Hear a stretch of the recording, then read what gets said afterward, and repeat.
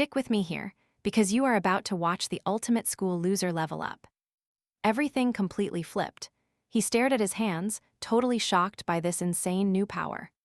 His body got so stupidly strong, he seriously worried about going bald. Sprint test, record shattered. Push-up exam, obliterated it. Then came the weightlifting test, and things got completely ridiculous. They literally ran out of weights for him. The whole class just stared, frozen in absolute terror. Was this really the pathetic guy they used to torture? No way he was this much of a beast. Everyone instantly regretted ever crossing him. But let us rewind a bit. Back then, he was the only student who failed. A total disaster. While the class cheered, Kanagi Manato felt entirely empty. Just a hollow void. 3 times he failed the test, 3 straight losses. So he was stuck cleaning the classroom all alone. Standing there, it crushed him. He fought back tears, feeling totally worthless.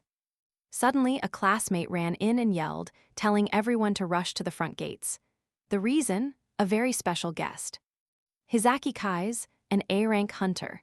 He actually went to this exact same academy before blowing up into a superstar. Now he was back filming a shiny documentary. Watch closely here, because the cameras are completely lying to you about this guy. The real story: Hizaki was total garbage, beating up Manato daily for 0 reason. Just seeing his face again made our main character shake with pure dread. But on camera, Hizaki smiled and called Manato his absolute best friend ever, claiming they studied together and that he even helped Manato out financially. Playing the hero for a poor family, it was a disgusting PR stunt. Just fake smiles for the reporters, and because Manato was terrified, he kept quiet, nodding along like a coward. While cameras flashed, painful memories burned through him. He hated this guy with everything he had. Once the annoying shoot ended, that crushing feeling of weakness returned. Being powerless is a bitter, bitter pill. Unable to fight back at all. As a kid, he obsessed over epic history books, tales about those legendary founders who saved the entire world from ruin. Now you and I know how wild those tower stories get, right? Absolute chaos. Monsters swarmed out, but then real heroes woke up to push them all back. Godlike levels of strength. One guy wiped out 10,000 soldiers with a stick. Basically John Wick but fantasy. Then there was a mage pulling off impossible spells, 0 chanting required. That was over 100 years ago, now today. They are literal myths. If this mark shows up on you, you are awakened. Bound for money and glory. But tragically, Manato bombed the exam. 3 total failures, dream officially dead, but right before heading out, Hizaki pulled him aside. He claimed he begged the top brass at the association to grant Manato one special retake. He just had to meet him at the founder's sanctuary. Later that night, Manato was stunned. The guy was a snake, sure, but if it got him another shot, who cares about PR stunts? A chance is a chance. He was grabbing that second chance. Cut to later, outside the massive founder's mausoleum. Cameras are rolling for the big climax. The lens zooms right in on Hizaki, striking a dramatic pose at the ancient tomb, monologuing away. The glowing reporters pack up their gear, totally hyped about the footage. Hizaki plays the perfect golden boy, smiling and waving them off like a saint. But trust me, you are not ready for the evil waiting inside that tomb. Let's dive right in. His men keep digging. Found the entrance yet? He demands. They eagerly point to a hidden tunnel, asking if this is the right spot. It's exactly what they wanted. Suddenly, a voice shouts from behind. It was Minato. Arriving to retake his exam, the kid immediately spots what these thieves are doing. To him, this sanctuary was completely sacred. The heroes he worshipped rested right here. Trying to stop these filthy looters, Hizaki Kais strikes him with absolute maximum force. A brutal A-rank awakened punch. Right then, poor Minato actually felt his ribs totally shatter. The thugs yell out that they already grabbed everything of real value. All the relics were theirs. Minato feels like he's dying. Yet his only thought, this is so wrong, they can't just steal from here. Hizaki Kais violently grabs Minato, mocking how he knows all about this pathetic kid. The weakest student, obsessed with the legendary ancestors. living in the library just reading. His grand plan? Toss our main character straight into the river behind the sanctuary. He would frame him for breaking open the founder's tomb. That massive hit Manato took earlier, it was meant to be fatal. Thrown into the freezing water, 0 strength remaining. Sinking down into the darkness, he remembers training every single day. Studying his absolute hardest just to achieve his dream. All in vain. Now pay close attention, glowing lights suddenly erupt from the lake bottom, surrounding him completely. Despite the freezing water, a comforting, intense warmth washes over him. Minato hears ancient voices whispering, calling him the perfect vessel for this new generation. The heroic spirits were sealed right here. Suddenly, in Minato's hand rests the Crest of Nothingness. It grants 0 power directly. But get this, whoever holds this mark can possess the spirit of any founder. Minato has to choose right now. Which legendary hero will he form a contract with? Supreme magic, endless endurance, swordsmanship, spear arts, pick one.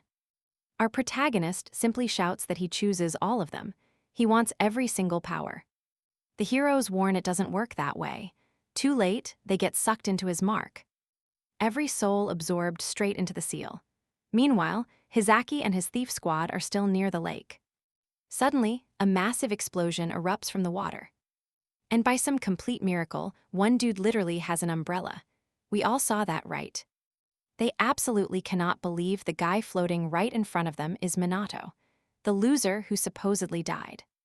As our protagonist lands gracefully, his face is stone cold. His entire aura completely changed. Yet, these fools insult him again, mocking how not even cockroaches are this hard to kill. Minato casually picks up a wooden stick. The two thugs laugh in his face. Fighting us with a stick? Who do you think you are, John Wick? Minato doesn't care. He simply tests his new moves. Then, Hizaki gets deadly serious. He orders them to make sure this kid never leaves the lake alive again. One of the goons draws his blade, swearing he'll throw Minato right back into the deep water. Launching a terrifying real sword strike, several flashes happen in 1 second. The thug sees nothing, only feeling the pain as his own body starts crumbling apart.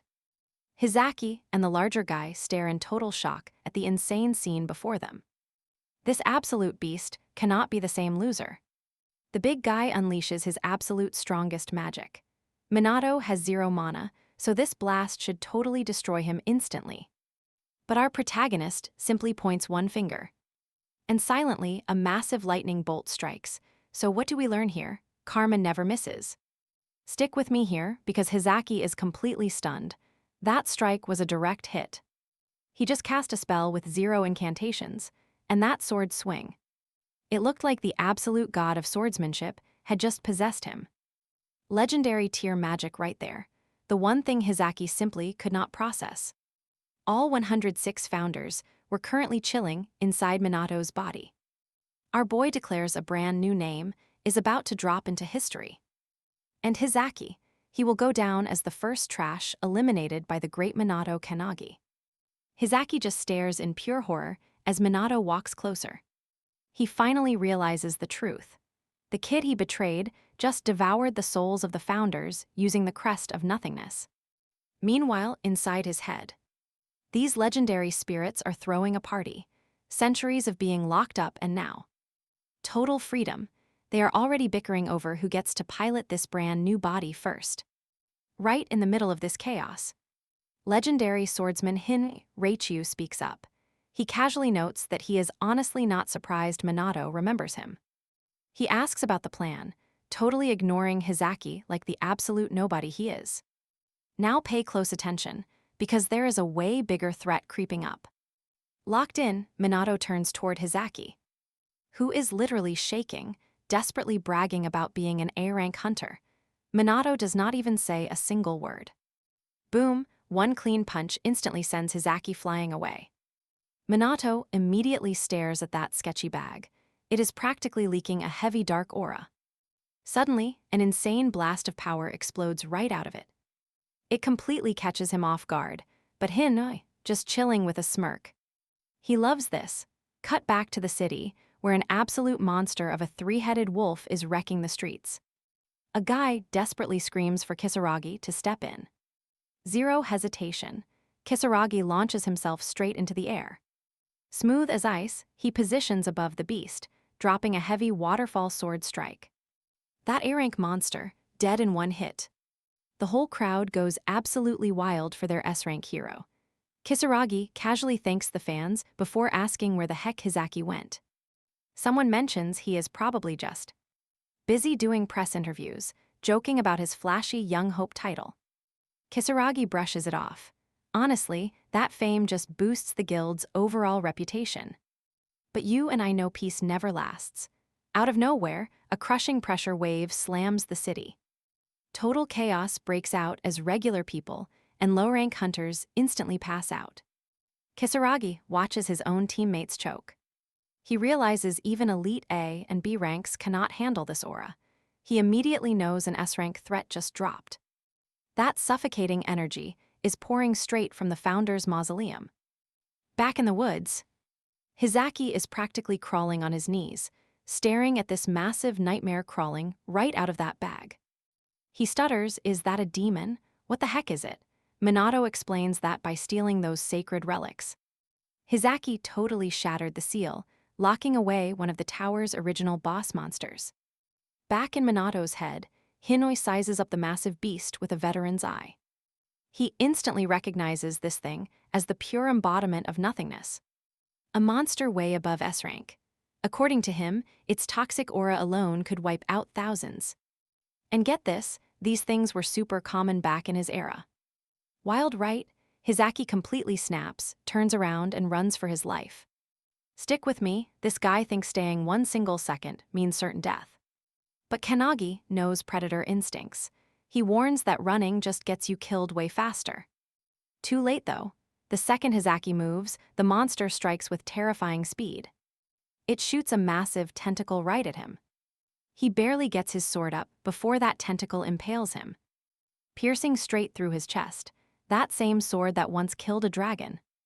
Totally useless now. The beast's tendrils spread across Hizaki's body, draining his life force as his screams echo through the dark forest. Kanagi, however, just stands there watching. He knew this was inevitable. As the hero dies, Hinoi's spirit taps Kanagi's shoulder. He asks to show off his one-handed sword style, making a sneaky bid for total control of the boy's body. Before Kanagi can even answer, the other ancient founders intervene. Grabbing Hin by the hair, they accuse him of hogging their powerful new vessel all for himself. Now watch closely. Kanagi steps right up and sets his own impossible terms. No single founder gets full control. His body is shared among every single one of them. He declares that one day, he will absolutely surpass all of them and prove his worth through raw strength. If they want to use his body, they have to show him what real power actually looks like. Stunned by this sheer audacity, Hinoi just grins wildly and readies his blade. Seizing the moment, Hinoi takes the first step, merging his consciousness with Kanagi and urging the others to follow along. As Hinoi's spirit lifts the sword, Kanagi mirrors the exact movement, targeting the monster's limbs directly. Guided by one founder's epic expertise, the blade severs a massive arm in one perfectly clean strike. The beast retaliates with an absolutely furious swing. But Kanagi's body, now infused with another founder's agility, dodges with straight-up inhuman speed. Power layers upon power as these spirits take turns, one granting him the crazy strength to catch the creature's massive tentacles and slam it violently right into the dirt. The monster is sent reeling as Kanagi snatches a bow, piercing its thick hide with brutal arrows. He then unleashes a massive barrage of skills: whirlwinds, fire breath, ice attacks. I know what you're thinking, a sneak attack, but his eyes flash yellow. The great wizard inside him takes over, instantly zapping the beast with heavy lightning. Then, with one final epic leap, Kanagi soars high above the monster.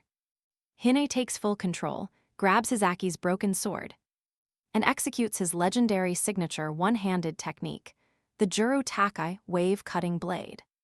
The sword cleanly slices the demon straight in half, ending its entire rampage. As the two halves fall, a victorious smile finally spreads across Kanagi's face. Quietly watching this entire battle from a nearby tree is a single raven. Elsewhere in the city, a man standing atop a tall skyscraper answers a call. He is shocked the monster was defeated before he even got there. He asks if any strong hunters were on the scene. But the voice on the other end says their footage from the raven proves it was just an academy student who took it down. This man, Chihara Midori, the absolute world's strongest awakened, says he really wants to meet this student. The very next morning, Midori is casually sitting on a pile of monster corpses when he calls the academy's director. He tells him about the S-rank monster, making it clear he wasn't the one who beat it. Footage proves it was Kanagi Manato. Trust me, we are hooked. All right, stick with me.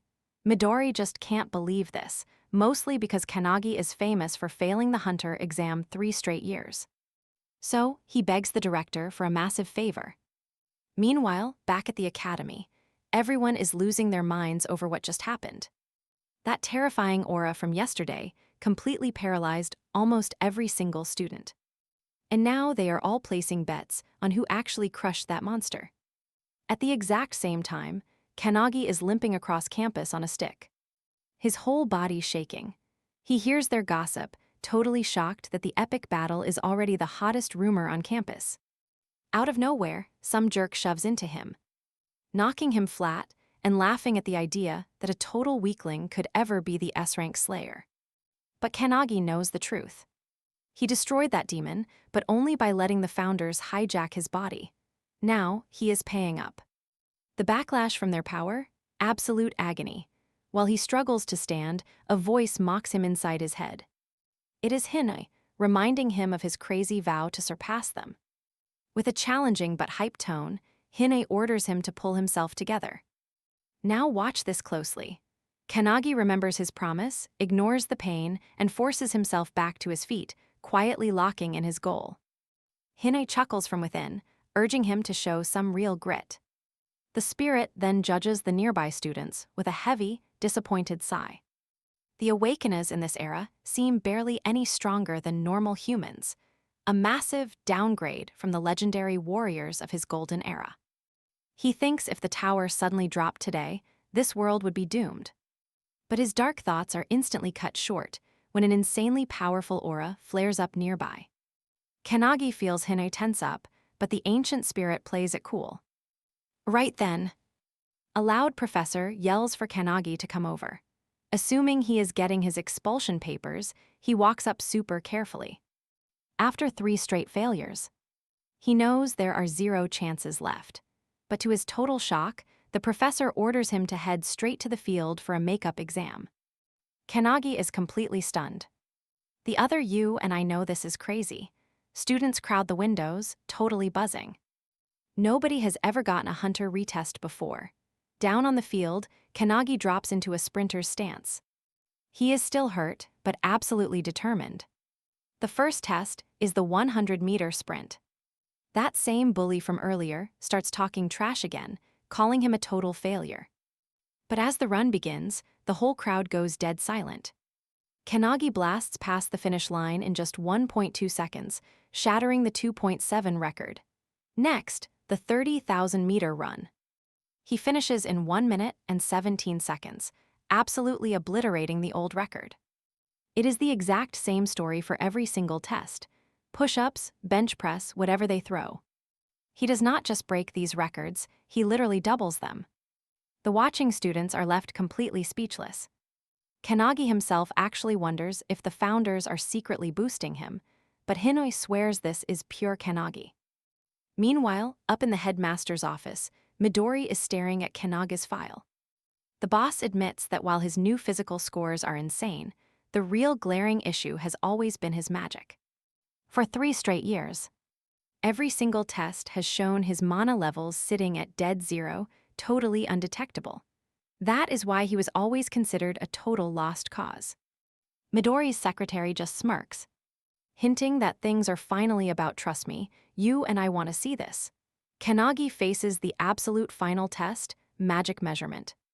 The professor explains he just needs to channel his mana all right. Stick with me here, spin the fan for 30 seconds. The record, 4,022.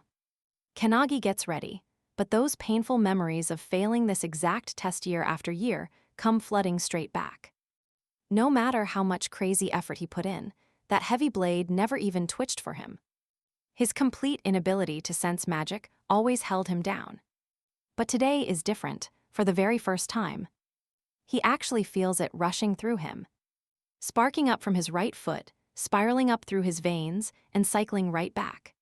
He realizes his breathing can control and supercharge this flow. Letting him blast that raw energy through his right palm, the professor finally signals the start. Now watch this. Kanagi lets loose, and the massive fan instantly explodes into motion at an absolute blur. The digital counter literally struggles to read the insane speed boost, while the sheer force of the hurricane wind makes it completely impossible for anyone to even see the numbers. The velocity skyrockets way beyond safe limits. Before anyone can blink, the machine explodes. The fan, now completely snapped off, shoots across the training field like a saw blade. Students scream in panic as it rips toward the main building, crashing straight into the headmaster's office with a massive, deafening boom. Inside, the terrified headmaster barely dodges the flying rocks, dropping from the sheer shock of the whole thing. Midori's secretary, totally stunned by the chaos, can barely process what just happened. Meanwhile, Midori, completely unfazed by the wreckage, just chuckles. To him, the similarity between Kanagi's wild power and his own is totally obvious. Because honestly, there has only ever been one person before this kid who produced an immeasurable score: Midori himself. You and I know what that means. The professor, still trying to process the absolute madness, nervously announces that Kanagi passed the official hunter exam. A massive wave of hype hits the students as they erupt into cheers. Kanagi didn't just break every single academy record. He completely shattered all expectations. Staring down at his own hands, Kanagi shakes with pure disbelief. He spent literally years thinking he was useless with magic. But this godlike power was sleeping inside him all along. Watching from the sidelines, Hinui smirks with quiet satisfaction, since he already expected this exact outcome. Meanwhile, Kanagi finally realizes that everything has completely changed. By trusting his body to the founders, he unlocked the insane hidden potential locked away inside him for so long. Hinui honestly just can't help but laugh to himself, knowing the kid standing there is far from ordinary, carrying that legendary crest of nothingness. It really feels like fate itself has been building up to this exact moment for over 100 years, before he can even process it. A suffocating pressure drops from above, hitting them like a literal shockwave. The raw, crushing gravity of it leaves him completely speechless. His brain scrambles to understand the threat. But Hinui instantly recognizes this terrifying aura. It is the exact same monster energy he sensed earlier this morning. Appearing out of thin air from the crushing pressure itself stands the living legend, Midori. Kanagi is absolutely paralyzed. Staring right at the strongest hunter alive, Midori touches down and speaks up. He praises the wild score. "Trust me, you'll want more." He offers some praise, but Kanagi is way too stunned to even speak. "Stick with me here, because this next challenge is going to blow your mind." The world's absolute strongest hunter just wants Kanagi to land one single hit. Kanagi absolutely freezes up in pure shock. I mean, we are talking about Midori. Only 23 years old, but he became a full-fledged, elite hunter at just 9. He is standing right there, his legendary track record completely unmatched in all of human history. This absolute beast turns thousands of demons into literal ashes in just seconds. His aura is so insane that no other hunter dares to challenge him. 10 years ago, he wiped out the entire pandemonium outbreak completely alone. And 5 years later, he crushed Kyushu. The man is a walking god. While Kanagi stands there completely speechless. His inner spirit Hin is totally hyped, screaming at Kanagi to hand over control immediately. But Midori, now pay attention, this is crucial. Kanagi gets 1 minute to strike him. Pass or fail, there are 0 penalties. And to make it crazy, Midori promises to only counterattack once every 10 seconds. Talk about flexing. He wants to keep things fair, No more hesitating, no holding back anymore. Kanagi can use literally any skill or weapon he wants. Meanwhile, Midori refuses to use his own gear. Just to prove he is serious, he summons a massive armory of weapons, letting Kanagi pick whatever he wants. Seeing all these legendary items spawn out of nowhere just makes this whole test feel totally unreal. Kanagi is visibly stressing out now, realizing he actually has to duel the legendary Midori one-on-one right now. He hesitates, double-checking if he is really allowed to use absolutely anything. In response, Midori casually grabs a katana, holding it super lightly. Then, with zero effort, he snaps the solid blade clean in half like a literal twig. You and I both saw that, right? He just claimed without a single drop of arrogance that his own body outclasses any sword. Before Kanagi can even process this crazy flex, Hino completely loses it. Screaming in pure frustration, he demands to take the wheel, totally triggered by Midori's overwhelming confidence. Boiling with rage, he declares that Midori's arrogant words are completely unforgivable. Kanagi feels Hino's raw energy spiking hard, amplifying like he is about to violently unleash maximum power. But then it finally hits Kanagi right then and there. Midori's aura actually rivals the ancient founders. Against that godlike level of pure strength, winning is basically impossible. But even with that heavy realization, there is zero time to hesitate. Meanwhile, every single student crowds around to watch. Suddenly, Midori kicks off the countdown. Flashing a slight smirk, he officially signals the start of the trial. Kanagi grips his sword and fiercely charges straight at Midori. Hino panics, asking if he is seriously fighting solo, calling it totally unfair. But Kanagi blocks him out and keeps rushing in, even knowing it's totally futile. He believes that, if he wants to become legendary, he has to use his own power, not borrow it from the founders. He swings hard, but Midori easily dodges. You didn't think it'd be easy, right? Stick with me for this wild fight. Midori just stays on his phone. He casually asks about social media, joking that this whole crazy incident is going completely viral. The watching students are absolutely stunned, shocked that Midori evades every single strike without even trying. Kanagi just keeps pushing his relentless assault. But someone notices something super weird about his form. Watching closely, Kanagi raises his sword. He fakes a vertical slash, then instantly pivots to a horizontal strike aimed right at Midori's throat. The execution is completely flawless. Kanagi is blown away by his own fluid movements. He isn't getting tired, wondering if this is the insane effect of using the founder's raw power. His thoughts shatter when Midori suddenly places a finger right against his head. He readies a flick, casually dropping that 10 whole seconds have just passed. Kanagi barely dodges, but Midori's unleashed energy completely obliterates the entire field. Now watch closely. Kanagi realizes if that crazy hit had connected, his head would be totally gone. Midori just checks his hand, confused. Sensing zero killing intent from Kanagi, he wonders if he miscalculated his own brutal strength. Pure panic hits Kanagi, he is going to die. Desperate now, he tries to pull back that feeling of his awakened self. As he focuses, a massive aura explodes outward, catching Midori off guard.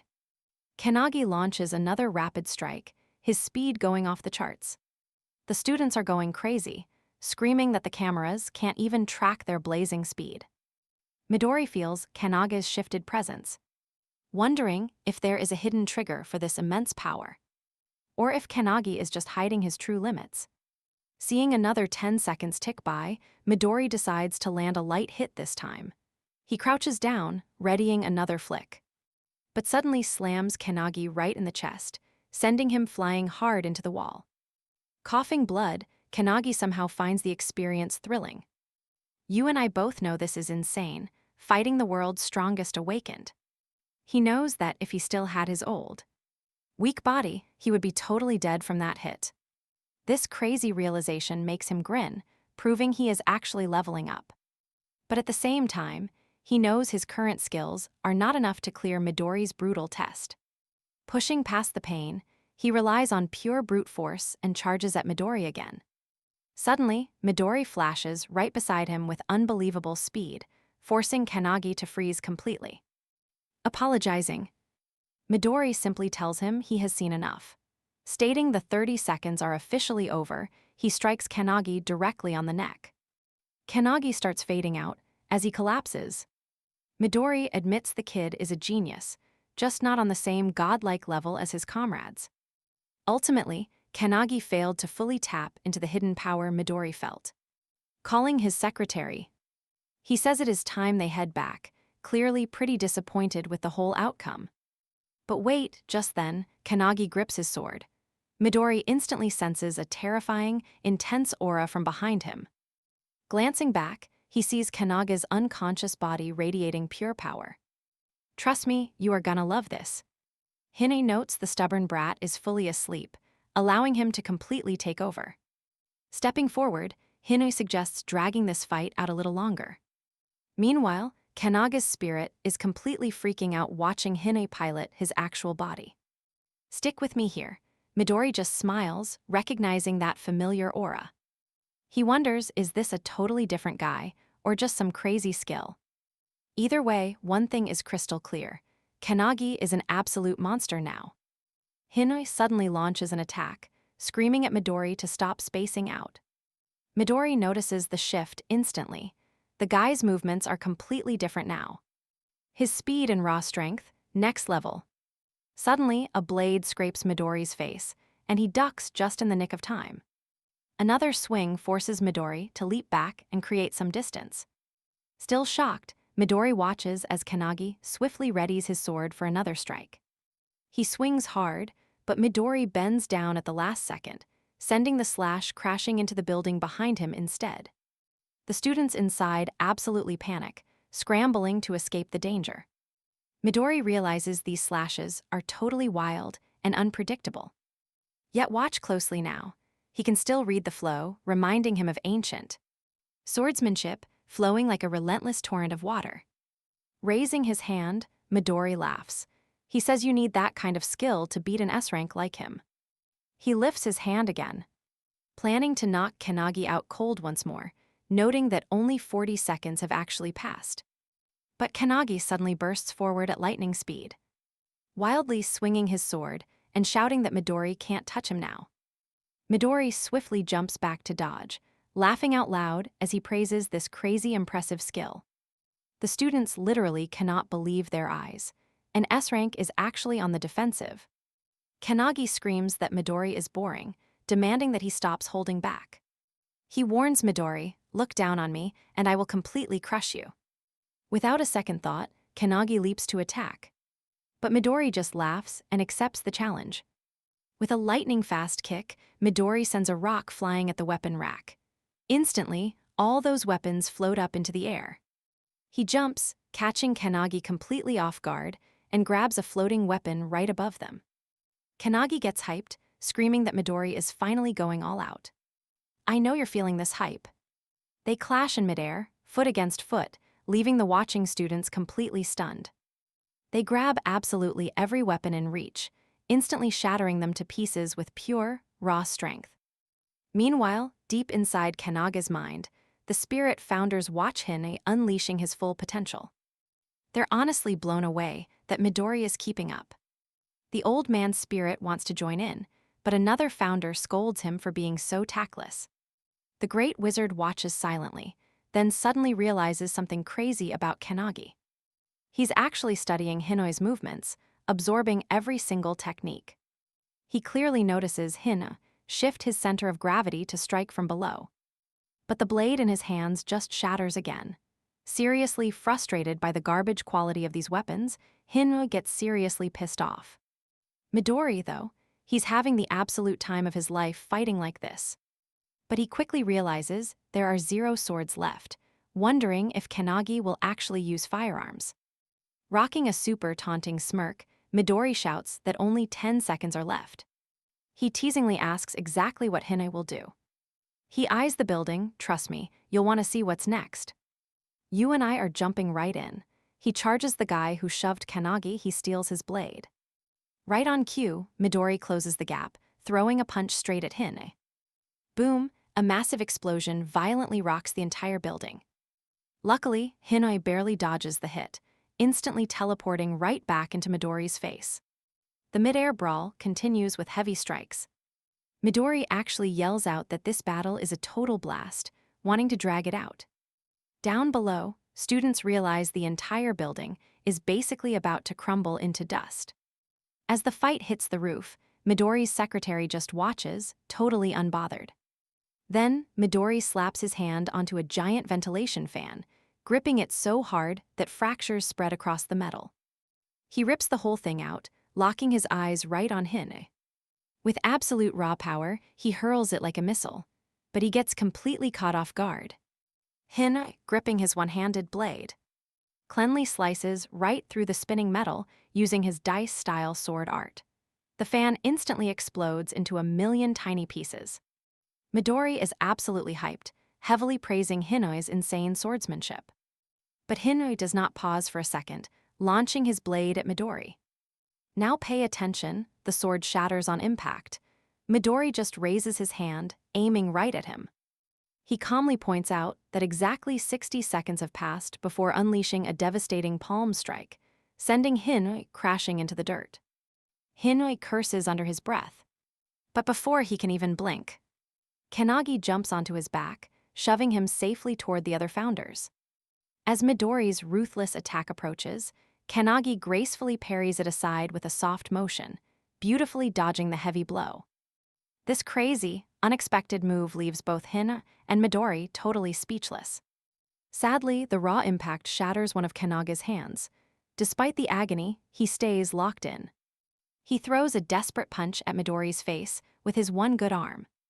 Looking closely, this high-level clash between the singularities feels absolutely infinite. An intense fight over such a small detail, basically like a high-stakes chess match between two absolute grandmasters. Even with the crazy hype, Hinoi knows the exchange was super short. We both know what his proud look means. He realizes Kanagi just sliced open a brand new path to victory. But suddenly, Kanagi is totally shocked. Midori stops his own fist right on time. Pure frustration hits Kanagi, realizing he failed to land a completely clean strike. But then, totally surprising him, Midori just grins. He deliberately pulls Kanagi's fist right into his own face, totally respecting the kid's effort. Without missing a beat, he announces Kanagi has officially passed the test. Before anyone can even process this, both guys collapse straight into the dirt.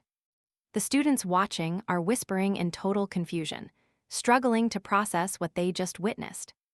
Midori, still holding up Kanagi's knocked-out body, calls over his secretary, Ren, casually telling her it is time for them to bounce. Ren walks up and asks about the final results. Midori confirms Kanagi passed with flying colors, admitting the kid is super interesting.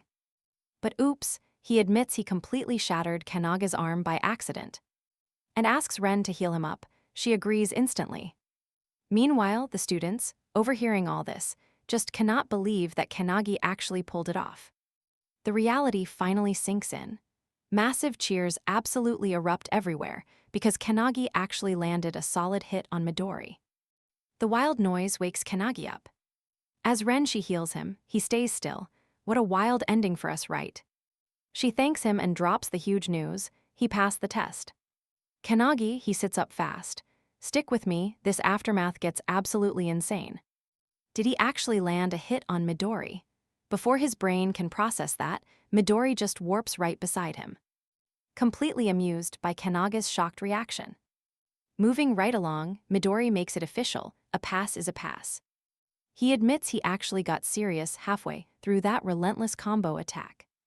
Midori praises Kanagi's raw skill, dodging his ultimate attack. That was legendary. His movement was top tier. He tells Kanagi to hold his head high. Kanagi finally catches his breath. He accepts the massive praise. No hesitation, though. He immediately asks about the next big step. What happens after passing? Ren looks completely puzzled, slowly turning her head toward Midori.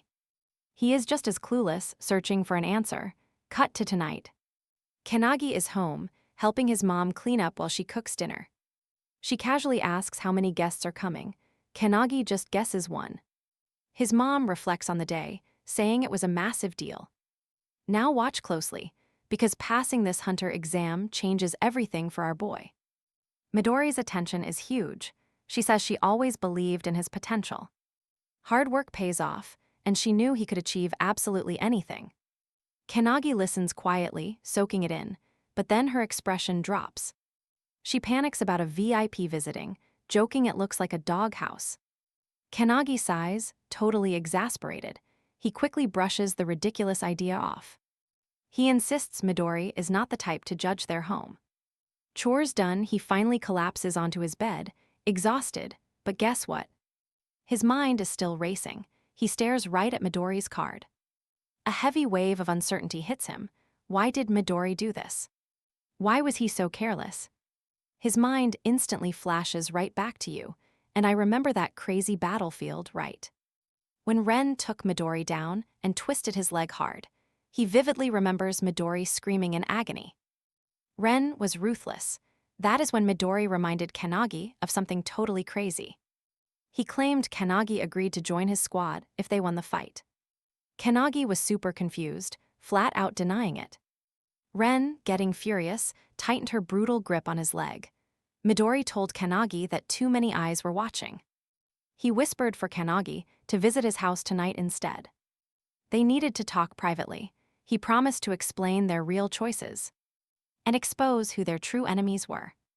Kanagi wondered, who are these enemies? The founders already destroyed the cursed tower, right?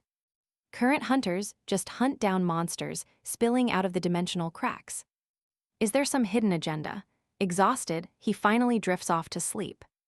Boom, Hinok shouts, jolting him awake. He sees Hin and the founders standing right inside his bedroom. Completely confused, he asks what is wrong, but Hine just shrugs. Says they had a little meeting and just finished. Super puzzled, Kanagi instinctively covers himself up, nervously asking if they decided who gets his body. Before Hino can answer, the doorbell rings. Kanagi apologizes, figuring it has to be Midori.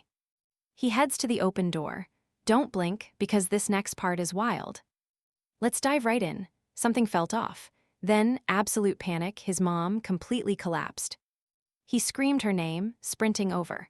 But he froze cold the second he saw a random guy sitting right in their kitchen. The stranger was just casually eating his mom's cooking. He even praised the taste, completely ignoring the massive wreckage everywhere. Smirking, the guy actually told Kanagi to discipline his own mother. The absolute nerve. He claimed that to impress any guests, they needed way better quality food. Furious, Kanagi snapped. He demanded to know who this freak was and exactly what he did to his mother. The guy, completely unfazed, he just barked at Kanagi to watch his mouth.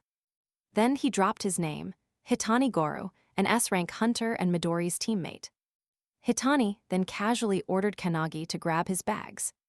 Claiming they were heading to base, Kanagi saw red, pure rage. Without hesitating for a second, he watched closely here. Kanagi threw a massive punch, but Hitani effortlessly dodged and vanished. Reappearing behind him, asking if that was a challenge. Kanagi stayed totally silent, his mind flashed to his mom. She swore to proudly raise him all alone after his dad died.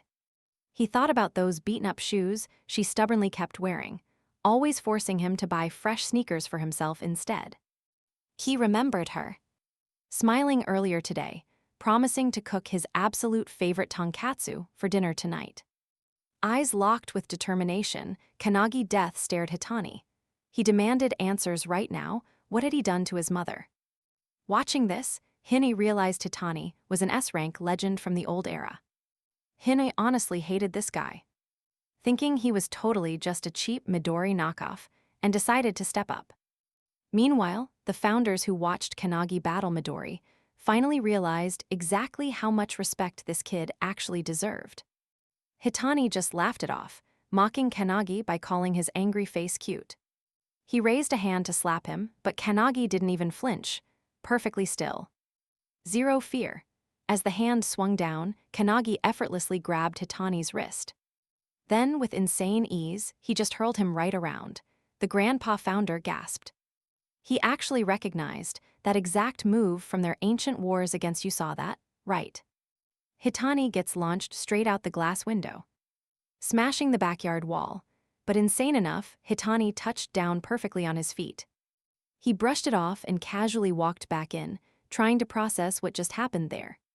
Was that Aikido just now? His mind went back to Kanagi's clash with Midori earlier today. He felt Kanagi's massive aura and crazy blade skills, plus some bizarre hidden power. Hitani actually praised his toughness, saying he's way sturdier than Haki. Kanagi is fully out of patience, aggressively demanding answers now. He screams at him, "What did you do to my mom?" She's inside right now, agonizing in pain as toxic poison ravages her entire body. Hitani. He just bursts out laughing. He mocks Kanagi for being totally clueless about what's actually happening. Then, smiling like a psycho, he drops the sick truth. His mom was annoying him, so he literally poisoned her to sleep. Hitani just smirks, casually adding that if she's lucky, she'll only get minor side effects. Kanagi stays terrifyingly calm, saying none of this makes sense. Hitani actually looks confused for a second. Then Kanagi asks, why you'd attack the family of someone meant to be your comrade. Hitani just cracks up at the word comrade. Boom, he teleports behind Kanagi, ready to strike. Kanagi barely dodges the killing blow, but the brutal attacks just keep coming. Hitani snarls he'll never be a comrade. Trust me, we're pausing right here. Let's jump right in. Hitani mocks him, claiming that once his family gets taken hostage, he will have absolutely no choice but to surrender. He calls him too naive. Before our MC can even blink, Hitani traps his foot and slashes. The villain smirks. Backing up fast, our guy feels a sudden intense burning sting right on his cheek. Touching the cut, he realizes the toxic venom is already spreading fast. Hitani just grins, slowly lifting up his fingers, loaded with razor-sharp, poison-laced needles. He casually laughs that the toxin is already pumping through his veins. Hitani brags about his ability to create countless toxins, calling this specific one the phantom bug's deadly vision. Hitani actually complains about how annoying this whole hit job is. He brags he could drop toxic gas over a 5-kilometer radius right now. But doing that in a crowded city is off limits. Then he drops an absolute ultimatum. The poison kills in 60 seconds, unless he joins their dark guild immediately. Join up for the cure, or refuse and drop dead. He thinks about how insanely deadly this is. Now pay attention, because it is an absolute death sentence for any normal person. But our guy, staring at his hand, he summons Valentine, the legendary god of medicine, asking if she is awake. The other inner spirits stare, while Valentine looks completely shocked. He quickly says sorry for the sudden page, asking if she can teach him the poison cure in just a second. She nervously agrees. Super annoyed, Hitani blasts another wave of toxic needles, screaming about whatever crazy nonsense he is whispering. But our MC simply dodges the strike, calmly explaining that his earlier Aikido technique actually came from Kuruhuma, the god of hands. The spirit old man is totally stunned, realizing he copied a master move after seeing it just once. Then, he lists Hinu the 10,000 army slasher, Shimer Calcus the blue spear of absolute destruction, and Margaret the heavenly bow. He claims he perfectly memorized their skills from the ancient records. He tells the assassin that let that sink in. The legendary founders Hitani worships are literally living inside him. Hitani is completely mind-blown, but shock quickly turns into pure rage. He screams that he will deliver absolute agony. Hitani violently lunges forward, toxic needles raised high. The MC backflips away, dodging by a single hair. The strike hits a giant tree, rotting it to dust instantly. Hitani does not stop there. He fires another barrage, screaming that if he begs on his knees, he might get some antidote to ease his suffering. He warns that once the pain hits, his brain is fried forever. Total madness. But our guy stays ice cold, just watching that deadly hand get closer. Right before impact, he pivots perfectly to the side. Hand open, he plants a solid palm on his chest and triggers Saint Wantok's fist. Hitani spits up blood from the brutal impact, totally shocking the inner spirit. The blast launches Haitani straight into a metal street light. Without blinking, the MC follows up, unleashing Ursen's feat of light technique. This heavy kick sends the assassin blasting down the street. The spirit Ursen is literally speechless at the raw power. Somehow, Haitani scrambles back to his feet like a zombie. In a flash, our hero right in his face, unleashing a twin strike. He slips right through the needle defense, shattering them. Stick around, because this beatdown is just getting started. Stick with me here. Kanagi absolutely wrecks Haitani's stomach, then slashes. Using Rowan's own Dragon's Claw technique, Rowan himself is trapped inside, totally stunned. Haitani grabs him back, triggering Leylek's flipper ability, which completely backfires, launching Haitani straight into the air. Floating there, he's totally baffled. What gives? That deadly poison should have completely clouded Kanagi's judgment, messing with his nervous system. But Kanagi, still moving fast, hitting hard, unharmed. Kanagi then drops the Magus of Truth, Melta Silentius, blasting it right at Haitani. Boom, a massive shockwave explodes, leaving absolutely everyone speechless. Hinoi turns to the founders like, "Did you just see that?" He points out that right after dropping Haitani, Kanagi started perfectly copying their moves. Physical, magical, all of it. Hin doesn't even care if his power comes from the Crest of Nothingness. He just finds the kid fascinating, and the founders totally agree. So Hinoi pitches an idea: train Kanagi. He's absolutely convinced this kid could become the absolute strongest awakener. Now watch closely. Because across town, shadowy guys are parkouring across the rooftops. One guy screams to hurry up. Nemo's guild is gunning for Kanagi, meaning they have to strike first and snatch him before the rivals do. But suddenly, Midori spawns right behind him. Are there really that many? Midori asks. The guy panics, but Midori is icy calm. If there were 15, you're the absolute last one. He aims a finger right at the guy's forehead, flips him over, and slams him brutally into the concrete. Then he pings Ren with Raven's call. She picks up instantly, confirming she's already on the scene. Ren assures him the area is totally clear of awakeners, but her next update, huge shocker. Someone else got here first, Ren warns him. Midori stays dead silent, waiting for the punchline. Ren reveals the trespasser was actually Haitani, that infamous S-rank hunter known for lethal poison. He hunted Kanagi down, but ended up getting completely crushed. Midori's gaze snaps to the roof where Haitani is just laying sprawled out, jaw wide open. You and I are definitely wondering the same thing. What actually happened? Later on, they finally arrive at Kanagi's place. Midori claps his hands, flashing a huge grin while hyping Kanagi up. He's honestly super impressed, admitting he never thought Kanagi could defeat Anne. Then, without hesitation, asking, "Did the poison hit you?" Kanagi just rubs his cheek, looking a bit awkward. "Yeah, Mom and I are totally fine." Hin, completely unimpressed, crosses his arms. He bluntly reminds Kanagi, "You wouldn't survive the night without Valentine saving you." The second she hears her name, Valentine groans out loud, looking absolutely drained. But Hinoi gives her credit, pointing out that wrapping it all up in 5 seconds is no joke. Valentine just shrugs it off, muttering it was literally nothing. The poison guy was right there. So she just needed a few quick jabs for blood samples to whip up an antidote. Meanwhile, Kanagi is still glitching out trying to process this, but finally asks the big question. Was Haitani actually lying when he claimed to be Midori's sworn comrade? Midori nods instantly, total lie. He casually mentions that loads of people drop his name just to get ahead.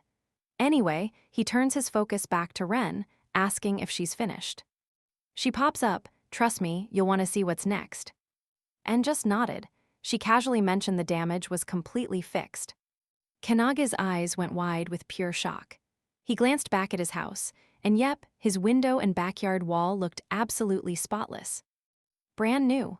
Then, flashing a bright smile, Midori suggested they discuss Kanagi's future. Stick with me, this gets wild. Kanagi just stood there frozen. Excitement and absolute dread just washing over him. Fast forward to the next day, a sleek car was waiting for Kanagi. His mom came out to the gate, seeing him off. She told him to double-check his bags, but Kanagi brushed it off, saying he was totally fine. Typical overthinking, mom stuff. Honestly, she couldn't believe the little kid she raised was actually leaving with Midori. Midori already swore to his mom that he'd take care of him, turn him into an elite hunter. Hearing that huge promise made Kanagi beyond hyped. But his mom, still visibly stressed, hiding her heavy anxiety, she handed Kanagi a packed lunch, nagging him to eat since he actually skipped breakfast.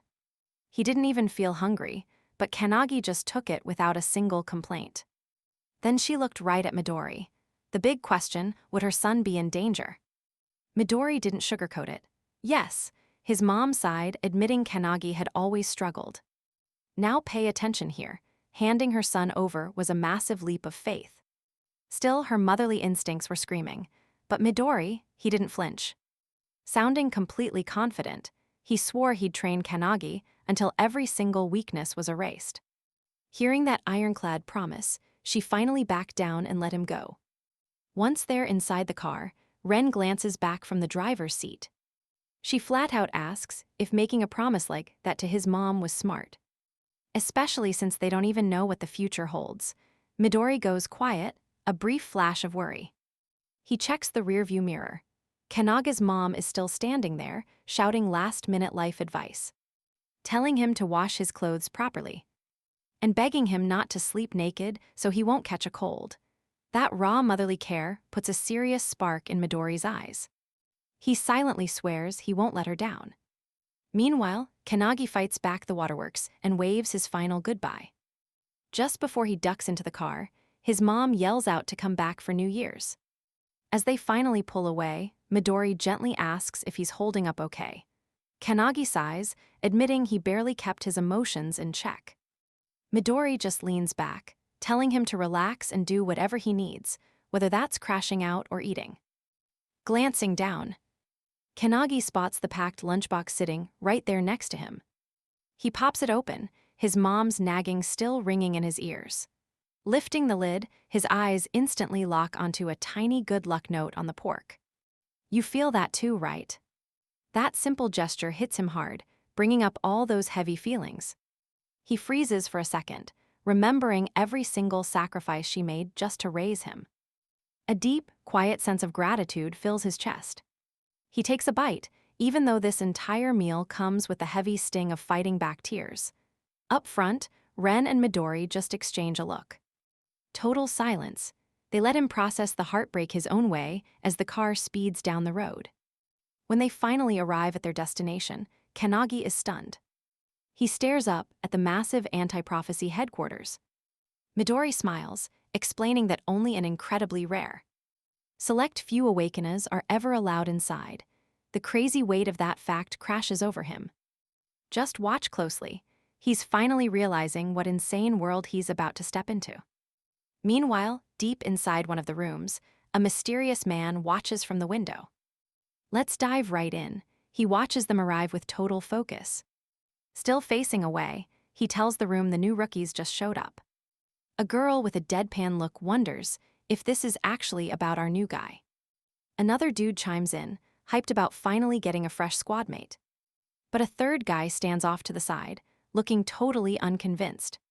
He flat out says they need to see if this newbie is even worthy. Worthy of joining the anti-prophecy unit, that is. Meanwhile, outside, our main guy is completely frozen, just trying to process this crazy situation. His head is spinning. What the heck is this anti-prophecy unit anyway? Does it connect to the Ikehara Guild? Seeing his massive panic, Ren steps up. She apologizes for keeping him totally in the dark. She admits she could not even tell his own mom the truth. Because it is highly classified, a strict national secret, that massive reveal hits him hard.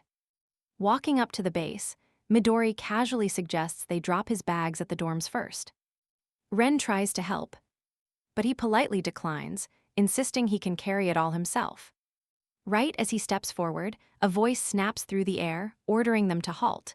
The sudden noise totally startles him. He looks up, spotting the young guy from earlier standing above. Watch closely here. The guy suddenly decides he will explain absolutely everything. And in that exact same breath, he launches a brutal, high-speed kick right at his face. He instantly throws up his arms to block. But the insane force literally shatters the concrete under his shoes. The heavy impact sends shockwaves through his bones. Somehow, he stays firmly on his feet. The attacker looks impressed. He actually praises the kid for taking the hit. Catching his breath, our boy pauses for a second, demanding to know who the psycho is. Smooth as ever, the guy flips back, landing perfectly on the pavement. He proudly drops his name, Hanada Hikataru, an elite member of the anti-prophecy unit. His comrade, the wild bombshell, catches him off guard, but zero time to panic now. Hanada was officially ordered to explain. You feel that tension, right? The truth is coming. Meanwhile, Midori just stands there, completely chill. He literally just asks Ren for some tea. She pours it while those two keep throwing down. Midori watches them, totally unbothered. Taking a sip, he asks Hanada why they are fighting their own comrade. Hanada does not even blink. He says it serves two basic purposes: introducing Kanagi to the anti-prophecy squad and testing his combat skills. Kanagi hears this and sweats. What kind of insane initiation test is this going to be? Without warning, Hanada dashes in fast, throwing another heavy kick right at his head. Kanagi reacts on instinct, instantly blocking the heavy strike with both arms. His stance holds strong. Right mid-fight, Hanada actually starts dropping lore about where the unit came from. Kanagi listens, but he is suspicious. Is this guy seriously going to dump all the heavy lore while they are actively throwing kicks? As they clash, Hanada briefly stops the assault, demanding to know Kanagi's actual name before continuing. He proudly introduces himself as Kanagi Manato. Midori, still leisurely, casually sipping tea. So what do we think? Can Kanagi survive this test? First the academy, then him, then a literal S-rank. Now, he's staring down yet another insane challenge. He actually turned to Ren, wondering out loud if Kanagi would face these wild tests. Stick with me, Ren calmly said. It couldn't be helped at all. Kanagi got personally scouted, right? Meanwhile, Hanada just kept throwing relentless, heavy kicks, but Kanagi, blocking every single one barehanded. His endurance was rock solid. Then, Hanada suddenly asked him, what is the actual role of a hunter? Kanagi did not miss a beat. A hunter's job is wiping out monsters from those dimensional cracks. Hanada flashed an approving thumbs up. Dead on, he then went ahead and compared the whole hunter gig to pest control. Simple but brutal. Then, out of nowhere, Hanada dropped super low to the ground, totally flipping the script. He fired another question, asking Kanagi about the hidden threats outside those standard dimensional cracks. This new question totally threw Kanagi off. He froze up, asking Hanada to actually clarify what these other dangers even were. Hanada's face went completely dark as he now pay attention here. The world faces threats far worse than mere cracks. He talked about pure nightmare events. The Pandemonium 10,000 Demons castle from 10 years back, plus the great outbreak of Kyushu just 5 years ago. Kanagi instantly knew those names: massive dimensional breaks. Absolute disasters that left permanent scars on the world. But before he could even speak, Hanada just lunged. Pure instinct took over. Kanagi threw up his arms, blocking the strike. Still, the raw, heavy force sent him skidding straight back. Hanada praised his crazy toughness, impressed that he actually memorized the public details of those massive past catastrophes. He added that Kanagi was going to learn way more about all this once his real academy training kicked off. Just as Kanagi tried to get his footing back, breathing heavy, he had zero time to react. Hanada teleported right above him with insane speed. Kanagi did not even have a split second to think. Hanada's leg was already dropping into a crushing axe kick. Kanagi threw his entire body out of the way, just barely dodging it as Hanada's foot cratered the earth. A massive tree right nearby took the hit instead, splitting perfectly right down the middle. That unbelievable power completely stunned poor Kanagi for a solid second. Hanada then stood tall, his whole vibe shifting as he kept dropping lore. He revealed that events like the Tower of Malevolence from 300 years ago were not mere disasters. They were full-scale enemy invasions. Direct strikes from another dimension. Kanagi struggled to believe what he just heard. Let that sink in for a second. This was not just ancient history. It was happening right now. Hinata stepped up, his face dead serious. He bluntly admitted he had no clue why modern awakeners seemed so weak compared to the old tower era. There just were not many fighters who could actually match those original founders' strength, and that really bothered him. Caught between pure curiosity and dread, Kanagi finally asked the question he had been nervously holding back. What do we do? Hinata's answer was absolute. That is exactly why the anti-prophecy unit was created. He explained that seers who can predict these massive threats and predict real catastrophes never share that secret knowledge with the general public. They only inform the absolute elites, the heroes who can handle such dangers. And those elites, trust me, you and I need to see this. The anti-prophecy unit, Midori and Ren couldn't hide their proud smiles after hearing that. Let's dive in. Kanagi finally realized their entire mission was crushing these deadly prophecies from ever happening. Hinata then dropped the news, as of today. He was officially part of the squad. Hinata welcomed him in, admitting that Kanagi was actually the first guy to block his insane kicks back-to-back. Hinata extended his hand for a real-deal handshake. Kanagi gripped it tight. Midori and Ren cheered loudly. Then, Hinata summoned the other elite awakeners, who suddenly appeared hovering silently right above the roof. Hinata asked for their thoughts, but they just glared back and vanished without a word. Kanagi was completely shocked. Midori joked they dipped out like total villains, but Hinata just shook his head. He guessed they wanted to watch things play out on their own. Hinata then told Midori to leave the rest to him, and she quickly headed off. After all that, Hinata helped grab Kanagi's bags and offered to show him straight to his new dorm room. Kanagi was super grateful. That night, getting settled, Kanagi's mind was racing about what this guild actually meant. This was all about fighting deadly prophecies. He wondered if those legendary founders had actually faced this exact nightmare back in the Tower era. Was he now forced into fighting something already predicted? Now watch closely. His panic gets totally cut off by a sudden voice. It casually mentioned that he had simply been training. Startled, he whipped around to see Hin and the legendary founders standing right inside his room. He panicked and quickly apologized for ignoring them all day, but Hin just smiled, telling him to relax. They had already made their final choice. As the founders, they decided to forge him into the absolute strongest awakener, just like Midori. With their guidance, he could easily become the greatest awakener in history, their personal, direct disciple. Kanagi was absolutely floored. He asked if they seriously wanted him as a student. Hine nodded yes, but then she playfully warned this would probably spark an all-out battle royale between the founders. Freaking out, Kanagi begged them not to fight over him. Hine laughed, explaining that was the original plan. But after watching his moves closely, the ancient founders totally changed their minds. Instead of just taking over his physical body, for their own gain, they realized training him would be way more entertaining. Hinoi then dropped a bombshell when Kanagi trashed that poison user. He actually copied every single one of their moves. Sure, it wasn't perfect yet, but he absorbed the basics incredibly fast. I know what you're thinking, insane, right?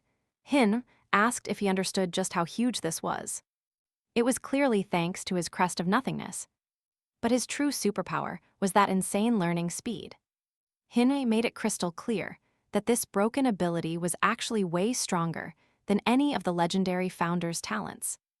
As she spoke, Kanaga's eyes completely filled up with tears. He instantly flashed back to his old trainers. Their utterly disappointed faces, the harsh voices telling him he had zero natural talent. Up until this exact moment, absolutely nobody had expected a single thing from him. This felt like a dream. He was always treated like total garbage and constantly bullied just for failing the hunter qualification test 3 straight times. He remembered his classmates laughing at him, their cruel voices telling him to just quit already. His name was constantly forgotten, totally invisible in the crowd because nobody ever cared enough to even care. But you and I are watching the ultimate underdog story. He was used to being invisible. But now, two of the absolute most legendary figures. Midori and Hine stick with me here. His absolute idols were actually acknowledging him, pure shock.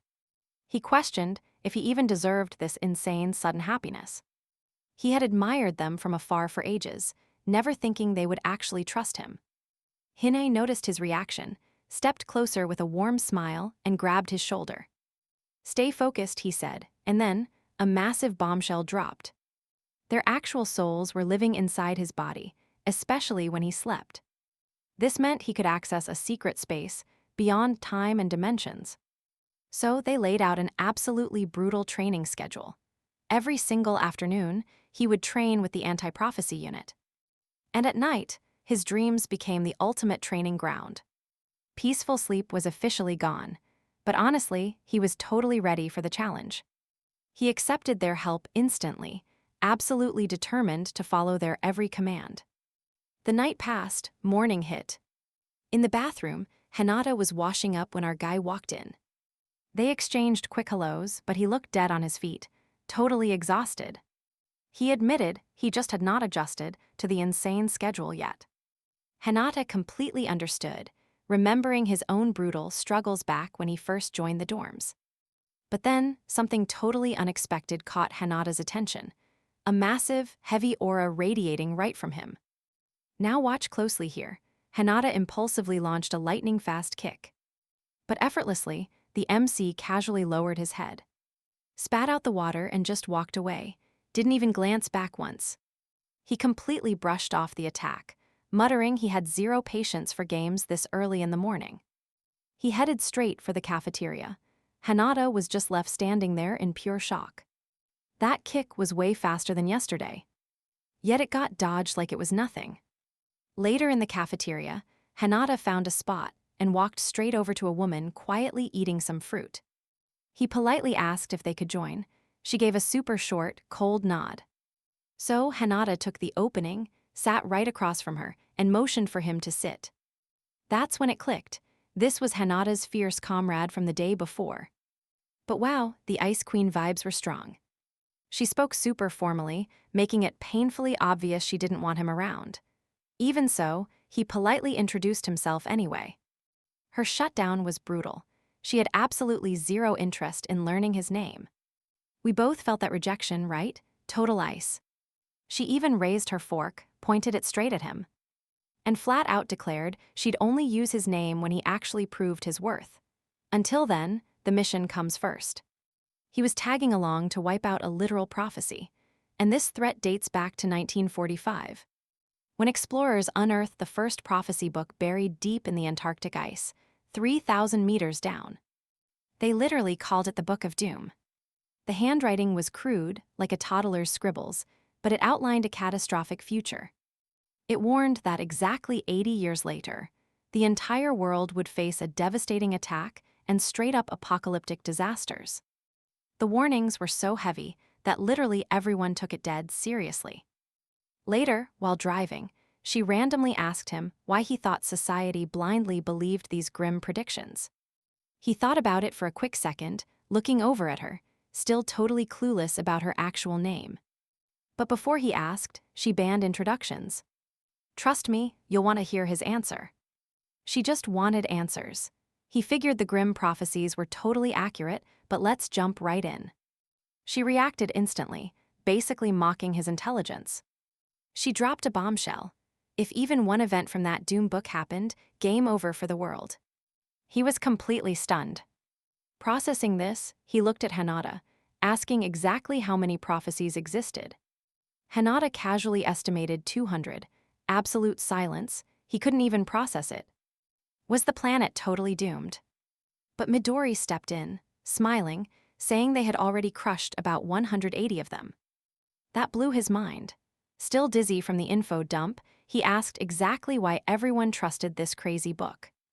The woman broke it down. An explorer named Bernard Russell discovered the Book of Doom. The instant he opened it, page 1 read, "Hello, Bernard," with an exact timestamp. March 17, 1945, at 11:35 a.m. The exact second he found it, That kind of creepy accuracy, undeniable. A few hours later, they hit Tokyo's Sumida Ward. A mid-level dimensional crack had ripped open right there. As they walked up, security guards now watched this closely. The guards blocked them, shouting to stop. They didn't care. They flashed past at lightning speed, leaving those guards completely frozen. He paused for a second, sweating. Wondering if pushing forward was smart, Hinata calmly gave the green light. Then, the woman started dropping lore about their current crisis. Massive threats like World War III, lunar anomalies, or wild viral outbreaks were standard emergencies for them. Out of all that chaos, the pandemonium incident that Midori personally shut down was actually the absolute worst. Sure, the Book of Doom is famous, but it is actually just one magical text out of thousands worldwide. The squad's whole mission is simple: hunt down data, decode the future, and strike before disaster hits. She started ranking the threat levels for him. Rank 3 meant entire regions getting wiped off the map, a rank 2, national crisis, and rank 1 meant the whole planet's ecosystem was taking a hit. I know what you're thinking: special rank, total global wipeout, complete destruction. He soaked it all in, eyes going wide with panic. The stakes were insane. He desperately asked if this madness was their responsibility now. She didn't even blink, just nodded. Welcome to the anti-prophecy unit. It was part of the job. Right after that, Kisaragi and his squad caught them crossing the police tape. He marched right up, thinking they were just clueless civilians. He barked at them to turn around, saying it was way too dangerous. She completely ignored his warning, stating that today was a rank 3 crisis.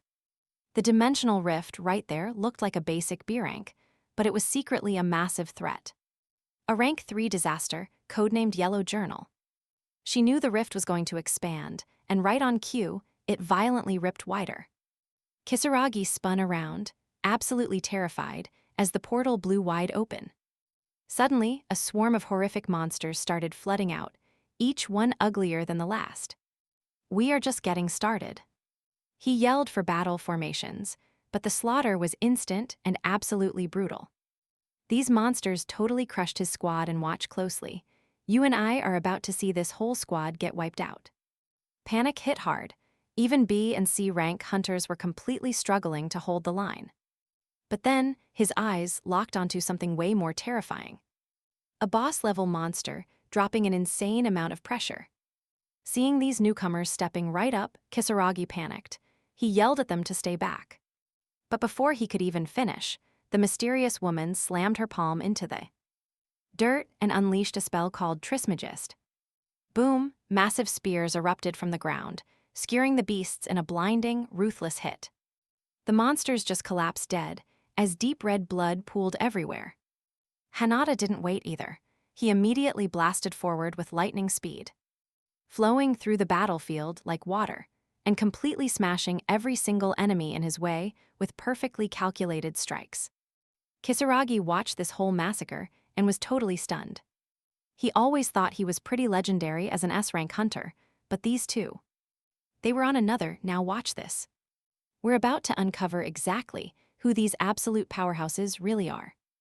The woman just glanced back at Kisaragi and coldly ordered him to fall back immediately. To these total beasts, an S-rank hunter was just a civilian in this crazy fight. Kisaragi's gaze dropped down, spotting a very specific emblem tattooed right onto her skin.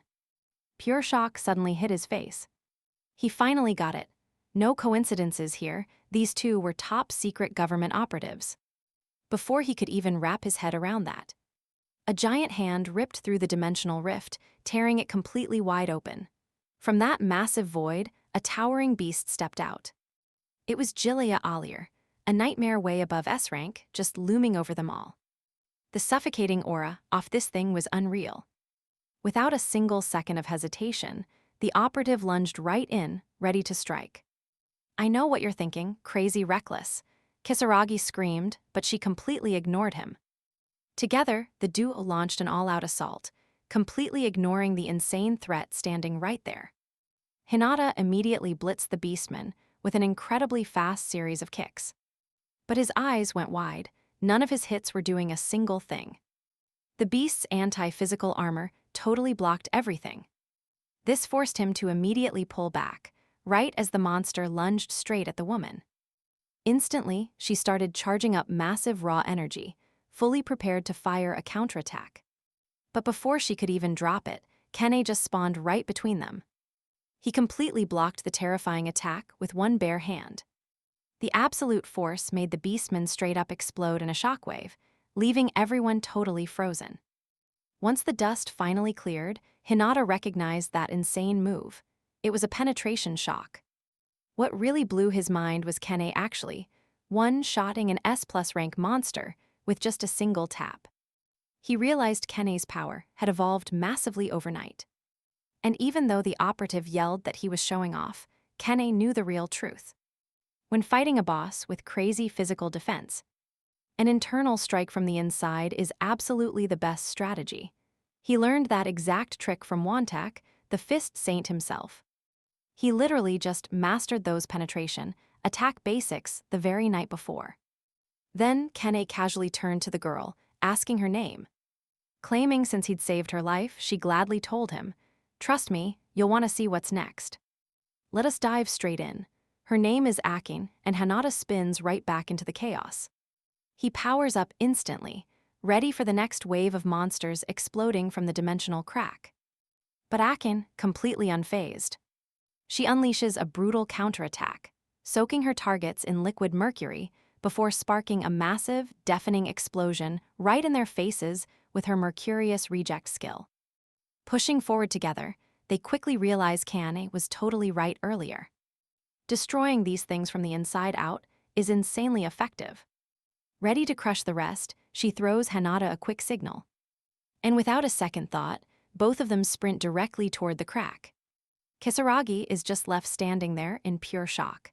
He knows the dimension beyond that portal is totally different. A completely unknown zone crawling with deadly, unimaginable threats. Stepping inside is pure madness, but stick with me, watch what they do. Before he can even blink, they dive right through the portal without hesitating. Kisaragi just freezes. He is standing completely alone, surrounded by the dead bodies of a rank monsters. Then it clicks, these two are definitely not your average fighters. They must be from that rumored underground organization. The absolute second they step into the new dimension, a massive swarm of terrifying creatures is waiting to strike. Akin immediately scans the area. She realizes that the monsters look exactly like the ones outside, then raises her hand. And with absolute precision, she summons a deadly storm of mercury spears, instantly impaling every single beast. Kane keeps running, locking onto her crazy technique. He recognizes her insane power. Now he finally understands exactly why she is called the ultimate area of effect fighter in the anti-prophecy unit. With the horde wiped out, Akin stops dead in front of an absolute unit. A giant bear monster, but right before she attacks, Hinata vaults forward toward it first. The beast spots him, swinging massive claws, but Hinata effortlessly dodges by jumping up onto the roof. He drops down, unleashing a brutal storm of kicks everywhere. Kane watches, completely stunned by how smoothly Hinata moves, just casually giggling. Then, to his absolute shock, Kane suddenly charges the bear. Firing off a flurry of swift kicks exactly like Hinata did, he literally asks if it looks like his own signature move. Hinata is totally caught off guard, but just smiles back in pure amazement. With the monster crushed, they push deeper into the dungeon. Akin notices something weird. The deeper they go, the fewer enemies pop up. They hit a massive arena. You and I both know what that means. Boss fight. Instantly, a heavy, suffocating aura surrounds them. They know something terrible is coming. Boom, a colossal, furious Minotaur warrior crashes right in front of them. This is no basic monster. It is a terrifying, blind boss-level beast boasting a ridiculous triple S-rank power level. Hinata and Kane are completely blown away by the sheer size of it. But Akin just stands there chilling, wondering if this is seriously the final boss. Then, glowing spears erupt straight out of the portal. Akin screams at the guys to unleash their strongest ultimate attacks right now, yelling she will handle whatever comes next. Hearing that, Hinata starts charging up his raw energy. Kanai just stands in the back, totally hyped by both of them. But deep down, he suspects even this might not be enough to kill the beast. Hinata catches that, looking totally shocked that Kanai is doubting their ultimate moves. They blast it with magic, but trust me, we are not done. The beast swings back. Let's dive right into this madness. That massive weapon smashed down, blasting shock waves everywhere. The dust finally cleared up and their jaws dropped. This absolute beast. Completely untouched, not a single scratch. Still, the squad braced themselves for round 2. As Kanagi raised his guard, a voice echoed in his head, praising Akin's raw talent. He knew that voice anywhere. It was Kellic, his legendary founder's spirit. The ancient alchemist was honestly worried. Akin had crazy agility and wild strength. But throwing away all that potential by dying here, what an absolute waste. Kellic noted she fought hard, but this Minotaur was on a completely different tier. She totally misjudged the monster's defense. We are talking maxed out stats here. 100% physical resistance. Panicking, Kanagi desperately asked what to do next. Kellic just laughed it off. Meanwhile, Hinata and Akin were getting absolutely wrecked. Struggling to even survive. It suddenly hit them, they desperately needed a magic user. Akin threw a quick glance at Kanagi and instantly froze, the sheer aura radiating from him. Now pay attention, because this is where everything flips. Kanagi surrendered total control. Kellic took the wheel, instantly chanting his heavy-hitting spell, Mercurius, aiming straight down. Boom, the beast's legs froze solid in seconds. Akin was stunned.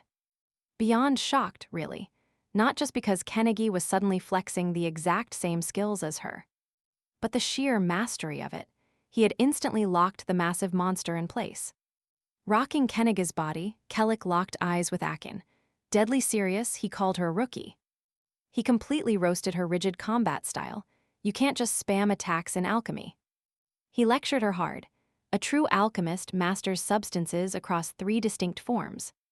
That is the only way to reach peak level.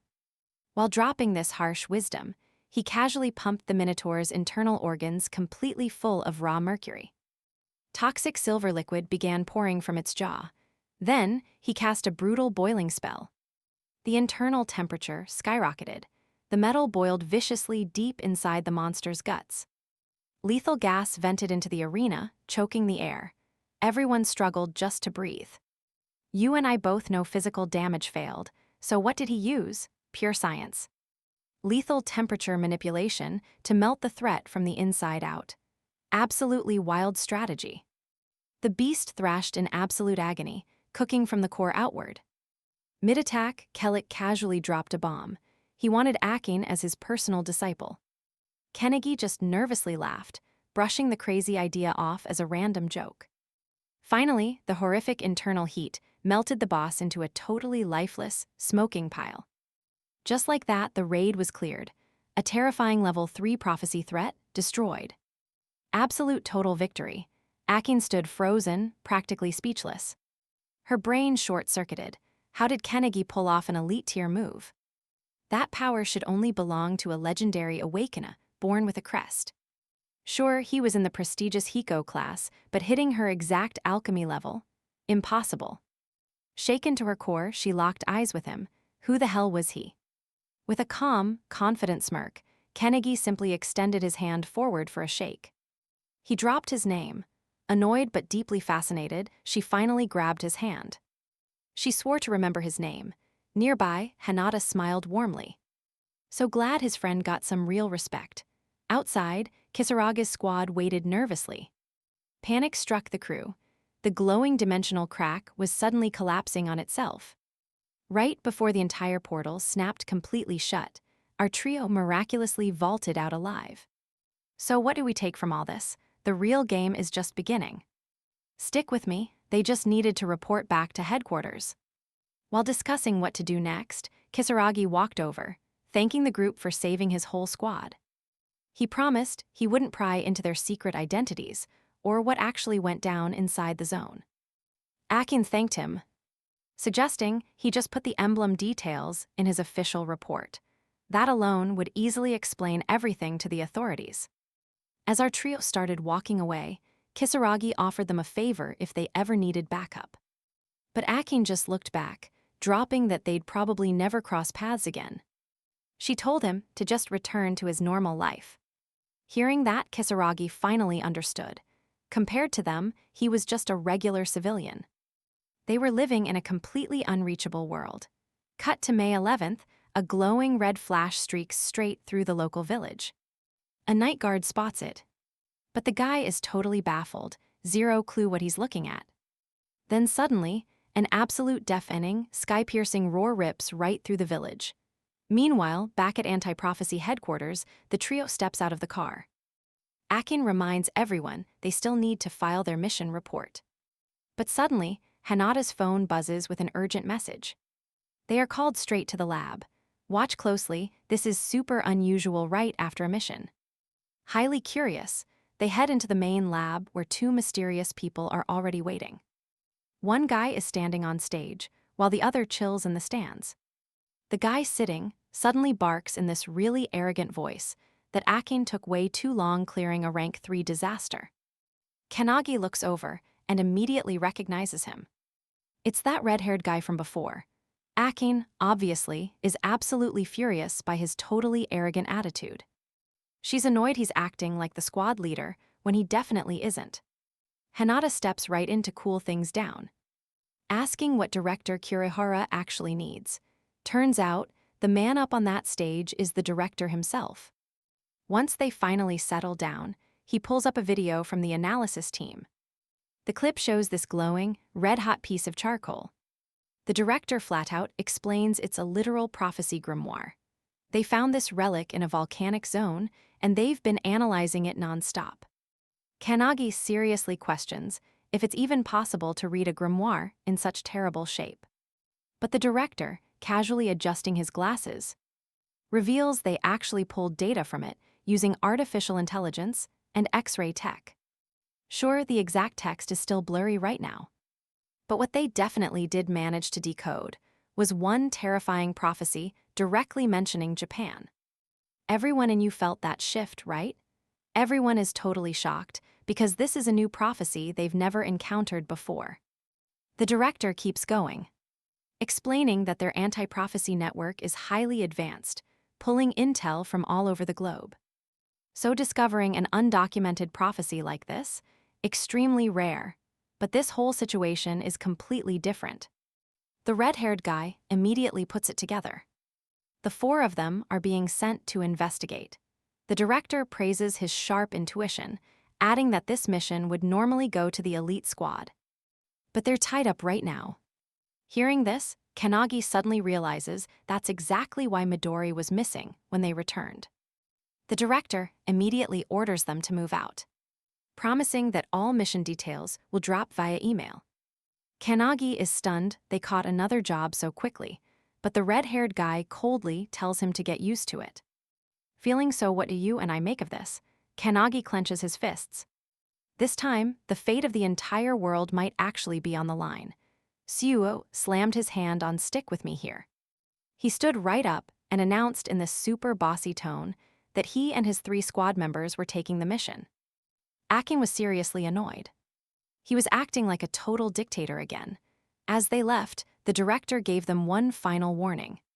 He told them to stay sharp because they had no clue how crazy this mission might get. He also warned that even if the prophecy began unfolding, they had to wait for backup before trying anything completely reckless. During the car ride, Kanagi felt super anxious about all these unknown dangers. From the front seat, Suo totally suggested catching some sleep. He pointed out that Kanagi just barely survived his first mission, but Akin, bursting with pride, refused immediately. She snapped that he had absolutely no right to boss her. To her shock, though, Heinda and Kanagi instantly took the offer and dozed off within seconds. Akin was fully determined to stay awake, fighting off heavy sleep. But as night fell deeper, pure exhaustion took over her body and she passed right out. Sometime later, the car stopped. Akin woke up and noticed everyone was gone. Panicking, she dashed outside and found the rest of them standing on a massive cliff, staring down at this glowing light. What she saw now, watch closely, this is insane.